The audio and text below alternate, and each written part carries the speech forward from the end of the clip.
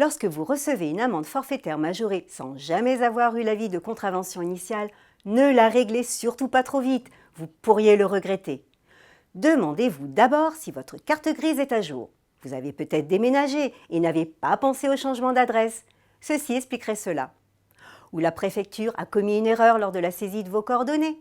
Elle tient parfois sur un numéro de rue, comme un 12 bis, alors que vous habitez au 12 terre ou au 12, ou encore sur la désignation de la voie, rue mis pour boulevard par exemple. Ce qui change tout et peut aussi expliquer que l'amende de base ne soit jamais arrivée à destination. Des erreurs plutôt rares, mais toujours possibles. Autre éventualité, un dysfonctionnement du Centre national du traitement des amendes, ce qui est assez courant. Quelle qu'en soit la cause, faute de paiement dans les délais de l'amende initiale, le Trésor public est chargé de retrouver le titulaire de la carte grise grâce à son adresse d'imposition et d'émettre l'amende forfaitaire majorée de 180 ou 375 € selon l'excès de vitesse en cause.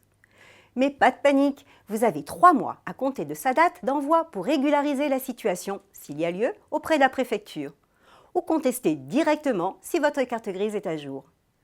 Réclamez l'annulation de la majoration auprès du Trésor public en recommandé avec accusé de réception. Joignez la copie du certificat d'immatriculation rectifié et l'original de l'AFM, ainsi qu'un chèque du montant de l'amende forfaitaire de 45 € pour les 180 réclamés ou 90 € s'il est question de 375 €. Attention, effectuez le paiement au plus tard dans les 45 jours après la mise à jour de l'adresse sur la carte grise. Si vous respectez à la lettre la procédure, tout devrait vite rentrer dans l'ordre. Bonne démarche et à la semaine prochaine!